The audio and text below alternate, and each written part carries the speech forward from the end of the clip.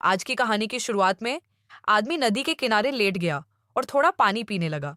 अगले ही पल उसने पूरी नदी पी ली थी। केवल डरी हुई मछलियां ही इधर उधर उछलती हुई बची थीं।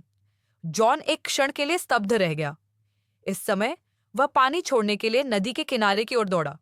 अप्रत्याशित रूप से पानी का प्रवाह उच्च दबाव वाली पानी की बंदूक से भी अधिक तेज था, जिससे उसके बगल में बैठा बूढ़ा आदमी डर गया। क्या यह जल प्रवाह मनुष्य बना सकता है? अत्यधिक तेज पानी के बहाव ने न केवल जंगल की आग को बुझा दिया, बल्कि उसे बहा भी दिया और पहाड़ की तलहटी में रहने वाले लोगों की जान जाने का खतरा पैदा हो गया। सौभाग्य से जॉन ने समय रहते दिशा बदल ली, जिससे त्रासदी टल गई। हालांकि जॉन को पता नहीं था कि क्या हो रहा है और अंत में उसने अपना मूत्र स्पेस में बहा दिया। मुझे अपनी आंखों पर विश्वास नहीं हुआ, क्योंकि जॉन एक कमजोर व्यक्ति था। गांव की महिलाओं ने जब यह खबर सुनी तो वे चर्चा करने लगी कि जॉन कैसे मजबूत हो गया। पता चला कि जॉन एक कायर था और न केवल पुरुष उसे अपनी मर्जी से परेशान कर सकते थे, बल्कि महिलाएं भी अक्सर उसके साथ रूखा व्यवहार करती थीं। लेकिन उसका भाई रोहन अलग था। वे जहां भी जाते, महिलाओं का ध्यान उन पर ही रहता। हाल ही में गांव में आयोजित एक मेलिंग कार्यक्रम ने चीजें बदल दी। शो करते समय जॉन ने गलती से रिबन को अपने सिर पर छू लिया और रॉकेट उसके भाई की पैंट पर जल गया। जब तक जॉन ने प्रतिक्रिया की, तब तक बहुत देर हो चुकी थी और रॉकेट उसके भाई रोहन की आग को शांत नहीं कर सका। फिर उसने लक्ष्य पर ताबड़तोड़ हमला किया, लेकिन काफी देर तक प्रयास करने के बाद भी कोई फायदा नहीं हुआ। हताशा में वह केवल अपनी अंतिम चाल का उपयोग कर सकता था, जिससे रॉकेट अचानक बुझ गया, लेकिन जॉन भी गिर गया। तब से वह गांव में सबके लिए हंसी का पात्र बन गया। उस रात जॉन नदी के किनारे बैठा था, तभी उसने किसी को मदद के लिए पुकारते सुना। पता चला कि एक बूढ़ा आदमी एक शिकारी के जाल में फंस गया था। जॉन ने बूढ़े आदमी और उसके बेटे को बचाया। अप्रत्याशित रूप से बूढ़ा आदमी एक मास्टर था। उसने एक नजर में ही जॉन की समस्या समझ ली। अपनी जान बचाने के लिए उसे धन्यवाद देने के लिए बूढ़े व्यक्ति ने उसे पीछे के पहाड़ पर जंगल में जाने को कहा और कहा कि वहां जमीन के नीचे शराब का एक बर्तन दबा हुआ है।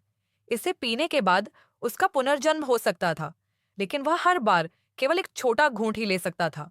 अप्रत्याशित रूप से जॉन ने इसे ले लिया। उसने सारा पानी पी लिया और सारी रात घास पर पड़ा रहा। अगले दिन जब वह उठा तो उसने पाया कि मूल रूप से हरे पत्ते पीले हो गए थे। इस समय उसे पता नहीं था कि उसका शरीर बदल गया है। इसी समय उस क्षेत्र में युद्ध छिड़ गया और गांव के हर घर से एक आदमी को लड़ने के लिए भेजना पड़ा। चूंकि जॉन कल रात घर पर नहीं था, इसलिए उसका भाई रोहन उसकी ओर से चला गया और जॉन को बहुत बुरा महसूस हुआ। सौभाग्य से उसकी भाभी ने उसे दोष नहीं दिया। उस दिन के बाद से जॉन को हमेशा ऐसा महसूस होता था कि उसमें असीम ऊर्जा है। वह एक घूंट पानी पीकर नदी को सुखा सकता था और उसके मूत्र से निकलने वाला पानी एक उच्च दबाव वाली पानी की बंदूक की तरह होता था। तब से गांव की सभी महिलाएं उसे नीची नजर से देखने लगीं। हर रात महिलाएं अपनी मनचाही मर्दानगी पाने के लिए जॉन के घर आती थीं और फिर यह सोचने लगती थीं कि उसे कैसे जीता जाए। यद्यपि यह आदमी भालू जैसा दिखता है, लेकिन वह सभी महिलाओं के सपनों का प्रेमी है, क्योंकि वह गांव का सबसे बहादुर आदमी है। हर रात महिलाएं अपनी इच्छा से उसके घर आती थीं, सिर्फ उसके साथ रात बिताने के लिए। अन्य महिलाएं बिना किसी हिचकिचाहट के दरवाजे पर लाइन में खड़ी हो जाती। जब जॉन, जो पूरी रात व्यस्त था, तो उसने पाया कि आंगन उपहारों से भरा हुआ था। लेकिन खुशी के दिन ज्यादा दिन तक नहीं रहे। इस दिन खबर आई कि उनके अच्छे भाई रोहन की मृत्यु हो गई है और उनका शव भी नहीं मिला। ये खबर सुनकर उसकी भाभी खुश नहीं हुई।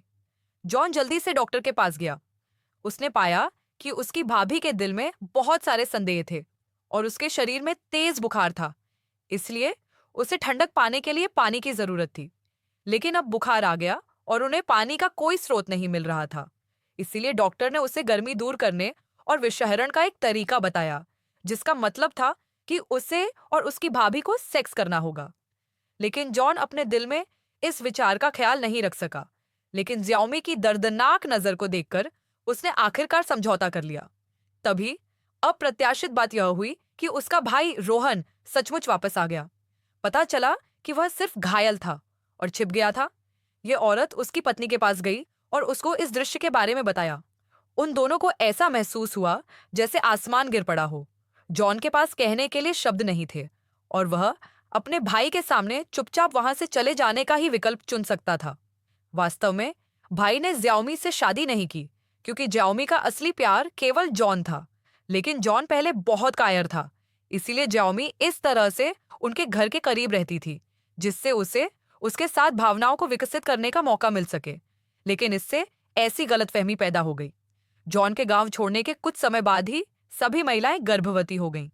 जब बच्चे बड़े हुए तो जब भी उन्हें अपने माता पिता की याद आती तो वे इस अनोखे तरीके से उसे याद करते।